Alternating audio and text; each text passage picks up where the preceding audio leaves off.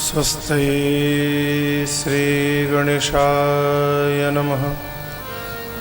श्री सरस्वत्यै नमः। श्री परमात्मने नमः। श्री जानकी वल्लभो विजयते तराम। श्री राम कथा रस रसिक प्रभु शंभुनाथ हनुमान प्रेम सहित आसन धरऊं। सुनहु कथा करूँगा सियावर रामचंद्र भगवान की जय। देव नदी गंगा के तट पर पहुंचे। मेरे प्रभु रथ से नीचे उतरकर गंगा जी को साष्टांग दंडवत करते हैं। एक बार आइए भाव और श्रद्धा के साथ बोलिए गंगा मैया की जय। गंगा जी के दर्शन मात्र से मुक्ति बताई गई है। आदि शंकराचार्य गुरु कहते हैं गंगा तव दर्शनानि मुक्ति। गंगा तुम्हारे दर्शन मात्र से ही जीव को मुक्ति मिल जाती है। देखिए हम और आप सनातनी हैं। विदेशियों के लिए गंगा भले रिवर हो सकती है, लेकिन हमारे आपके लिए गंगा रिवर नहीं है। गंगा हमारे लिए हमारी माँ जैसी है। माँ का आदर करने का स्वभाव बने। नदियों को गंदा करने से बचा जाए। लोग घर में पूजा करते हैं, अब पूजा करने के बाद जितना फूल रहता है पोटली बनाकर ले जाकर गंगा जी में डाल देते हैं। हमारी माँ है ना हो। यदि हम अपनी माँ का आदर नहीं करेंगे तो क्या बाहर से कोई आएगा आदर करने के लिए? याचकों को बुलाकर दान देकर संतुष्ट किया। पूरी अयोध्या की प्रजा खड़ी है भगवान के साथ। प्रभु ने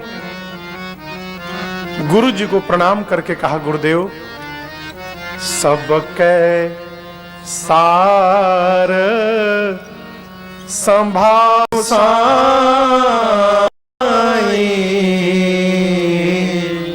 करबी जनक जननी की नाई।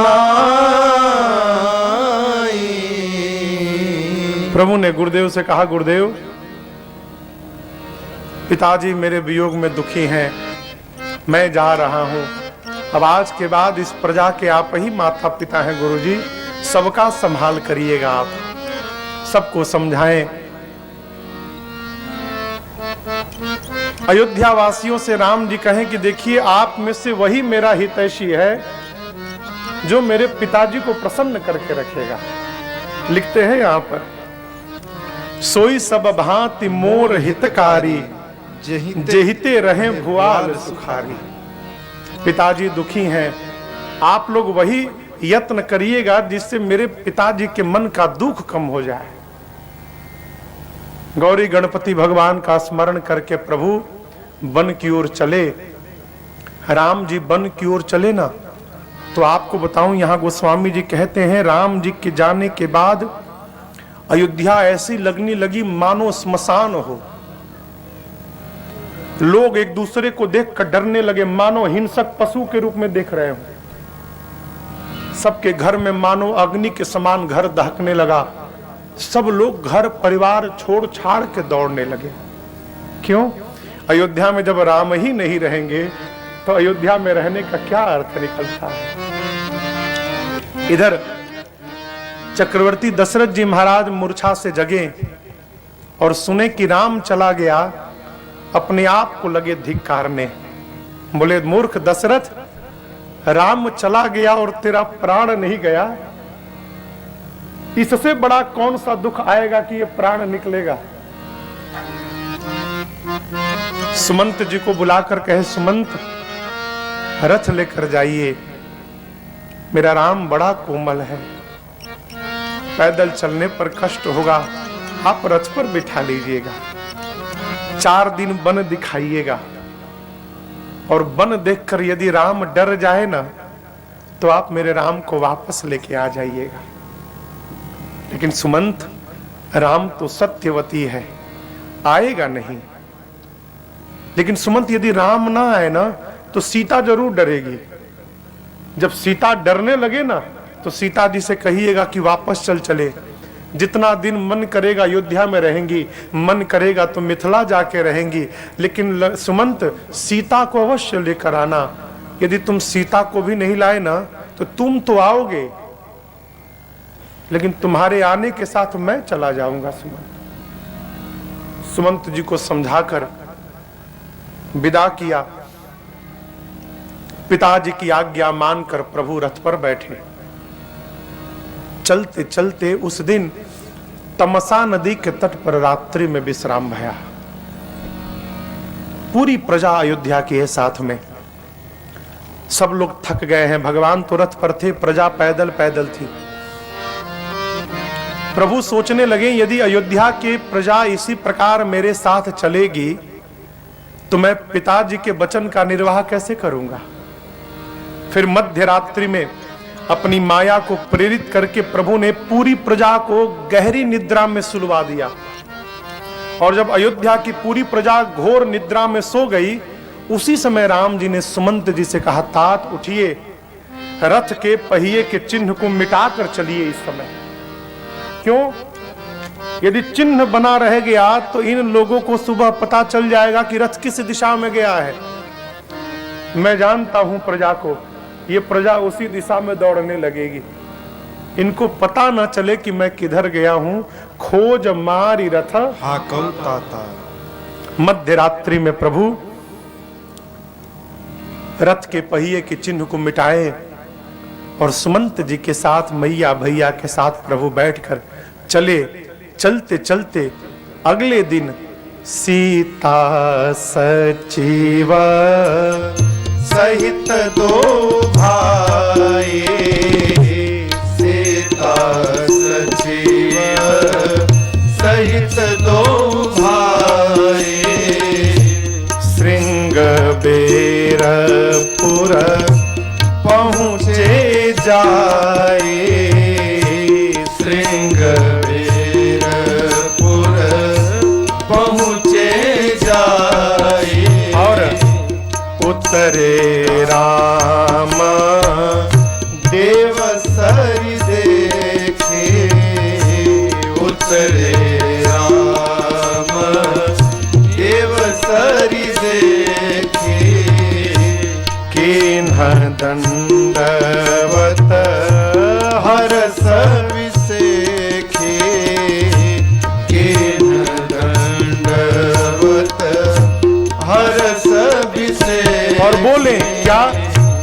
गंगा सकला मुदा मंगल मूला, गंगा सकला मुदा मंगल मूला, सब सुख करनी हरनी सब सोला, सब सुख करनी हरनी सब सोला, सब सुख करनी हरनी सब सोला।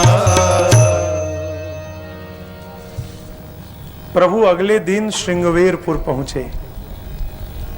और आपको बताऊं, इधर प्रातः काल जब अयोध्या की प्रजा जगी और जैसे लोगों ने देखा कि राम जी छोड़कर चले गए, तो लोगों को लगा कि मानो अथाह सागर में हमारे जीवन का जहाज आज डूब गया है। सागर के मध्य में आप नाव पर बैठकर, चलाने वाला नाविक आपको नाव पर बिठाकर समुद्र के बीच में ले जाए और अचानक नाविक आपको जहाज पर अकेला छोड़कर भाग जाए, उसके बाद आपके मन में जो हलचल उत्पन्न होगी हो, अब कहां जाए, किधर जाए, नाव चलाने तो आता नहीं, अब हमारे इस नौका को किनारे तक कौन लेकर जाएगा। वही दशा अयोध्या वालों की भई, भगवान छोड़कर चले गए, अब हम कहां जाएंगे। लोग देखे कि सब व्याकुल हो गए तो सब एक दूसरे को समझाने लगे। सारे लोग जानते हो प्रभु क्यों छोड़कर चले गए। लगता है प्रभु सोचे कि वन में हम लोगों को बहुत क्लेश होगा, हम लोगों को क्लेश न हो, इसलिए राम जी हम लोग को छोड़ के चले गए हैं। सब एक दूसरे को समझाने लगे, लेकिन भीतर जिस प्रकार जल से निकलने के बाद मछली छटपटाए, भीतर सब छटपटा रहे हैं। और आपसे एक निवेदन करूं, यहां लिखा है 14 वर्ष तक अयोध्या के लोगों ने अन्न का त्याग कर दिया। अयोध्या के एक भी व्यक्ति ने 14 साल तक अन्न नहीं डाला मुख में। क्यों? मेरे प्रभु फल पाके रहेंगे और हम अन्न खाएंगे। पूरी प्रजा फलहार पे रही 14 वर्ष तक। इधर राम जी दिन के दूसरे पहर में श्रृंगवेरपुर पहुंचे, देव नदी गंगा के तट पर पहुंचे। मेरे प्रभु रथ से नीचे उतरकर गंगा जी को साष्टांग दंडवत करते हैं। एक बार आइए भाव और श्रद्धा के साथ बोलिए गंगा मैया की जय। गंगा जी के दर्शन मात्र से मुक्ति बताई गई है। आदि शंकराचार्य गुरु कहते हैं गंगा तव दर्शनानि मुक्ति। गंगा तुम्हारे दर्शन मात्र से ही जीव को मुक्ति मिल जाती है। देखिए, हम और आप सनातनी हैं। विदेशियों के लिए गंगा भले रिवर हो सकती है, लेकिन हमारे आपके लिए गंगा रिवर नहीं है। गंगा हमारे लिए हमारी माँ जैसी है। माँ का आदर करने का स्वभाव बने। नदियों को गंदा करने से बचा जाए। लोग घर में पूजा करते हैं, अब पूजा करने के बाद जितना फूल रहता है पोटली बनाकर ले जाकर गंगा जी में डाल देते हैं। हमारी माँ है ना हो। यदि हम अपनी माँ का आदर नहीं करेंगे तो क्या बाहर से कोई आएगा आदर करने के लिए। गंगा जी की देखो, भारत सरकार की एक योजना है नमामि गंगे, लेकिन सरकार कुछ नहीं कर पाएगी जब तक प्रजा नहीं जागरूक होगी। सरकार कुछ करने वाली, सरकार साफ करे और हम गंदा करें। केवल गंगा नहीं, जितनी नदियां हैं नदियों को स्वच्छ बनाइए। क्यों? नदियां जीवन देने के लिए हैं, जल देती है और जल ही जीवन है। मेरी प्रार्थना है घर में जो पुष्प निकले ना, उसको मिट्टी को गड्ढा खोद के उसमें डाल दीजिए, मिट्टी हो जाए, जल में प्रवाहित करने से बचा जाए। प्रभु ने गंगा जी को दंडवत किया। नदी दिखाई पड़े तो प्रणाम किया जाए। कैसे प्रणाम किया जाए? गाड़ी की कांच बंद करके प्रणाम न किया जाए। पता है एसी में रहने का स्वभाव है, लेकिन जब किसी ब्रिज से गुजरे ना, पुल से गुजरे, नदी हो नीचे, तो कांच नीचे करें और उस नदी की हवा को भी शरीर में आने दें। पूरी ऊर्जा जागृत हो जाएगी शरीर की, और दोनों हाथ जोड़कर नदी को प्रणाम कर लिया जाए। प्रभु देखिए, राम जी रथ से उतर के दंडवत किए। उतरे राम देव सरी देखी, की न दंडवत, और दंडवत करते समय हर्ष भी सेखी। अत्यंत हर्षित हो गए प्रभु। उसके बाद गंगा जी की महिमा सुनाया।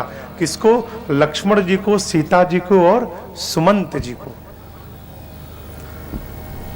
प्रभु गंगा जी के तट पर पहुंचे, तब तक निषाद राज गुह श्रृंगवेरपुर के राजा हैं, उनके पास सूचना पहुंची कि राम जी आ गए। जैसे निषाद जी के पास सूचना पहुंची, बाबा कहते हैं यह सुधि गुहा निषाद जब पाए, मुदित लिए प्रिय बंधु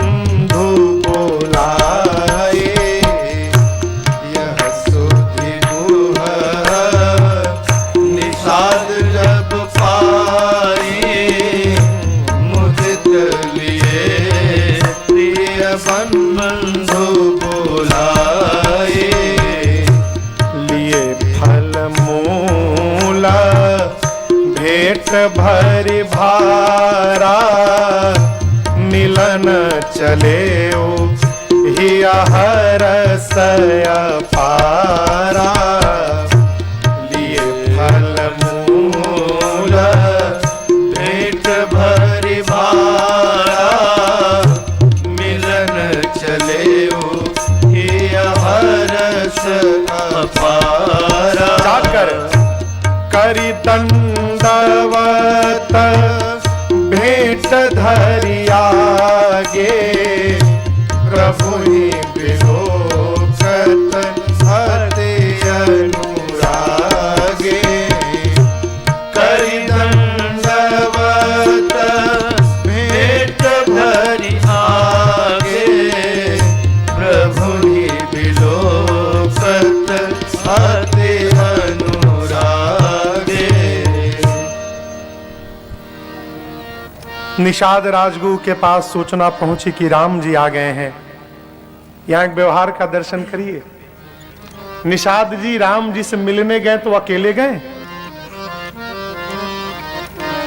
हाँ हाँ, अपने भाइयों को बुलाया, मुद्दत लिए प्रिय बंधु बुलाई, अपने आत्मीय जनों को बुलाया। ये प्रसंग कहता है किसी भी महापुरुष से मिलने जाइए तो आपके जो अपने लोग हैं उनको भी साथ में लपेट कर लेकर जाइए। क्यों? आप ही के सौभाग्य से उनका भी भाग्यवर्धन हो जाए। आदमी क्या चाहता है? हम मिले और कोई मिल ना पावे। हम ही बस मिले महाराज से। नवरत्न जी देखिए, हमारे परम आदरणीय भैया गांव भी पहुंच गए। श्रीमान अनिल माथुर जी, भैया जी लोग हर एक साल के अंतराल पर जयपुर में कथा कराते हैं। भैया के छोटे भैया विपिन माथुर जी, भैया तो बड़ा आनंद आता है भैया कथा में आए। स्वागतम। इन्हीं की कथा में संतोष जी हमको मिले थे। हाँ? भैया लोग की कथा हम लोग 2 साल पहले, संभवतः 2018 में हम लोग मई के अंत में कथा गा रहे थे जयपुर में। उसी कथा में संतोष भैया गए थे तो पहली बार आंख से आंख मिली थी तो बात बन गई। वो है ना पद, आंख से आंख मिलाओ तो कोई बात बने। तो हमारी इनकी आंख मिली तो देखिए कथा हो रही है, बात बन गई है? देखिए, कहीं भी जाइए ना तो निहारने का स्वभाव बनाइए। निहारने का समझते हैं? देखने का। किसको देखने का? जहां गए हैं उसको देखने का। इधर उधर भटकने की आवश्यकता नहीं है।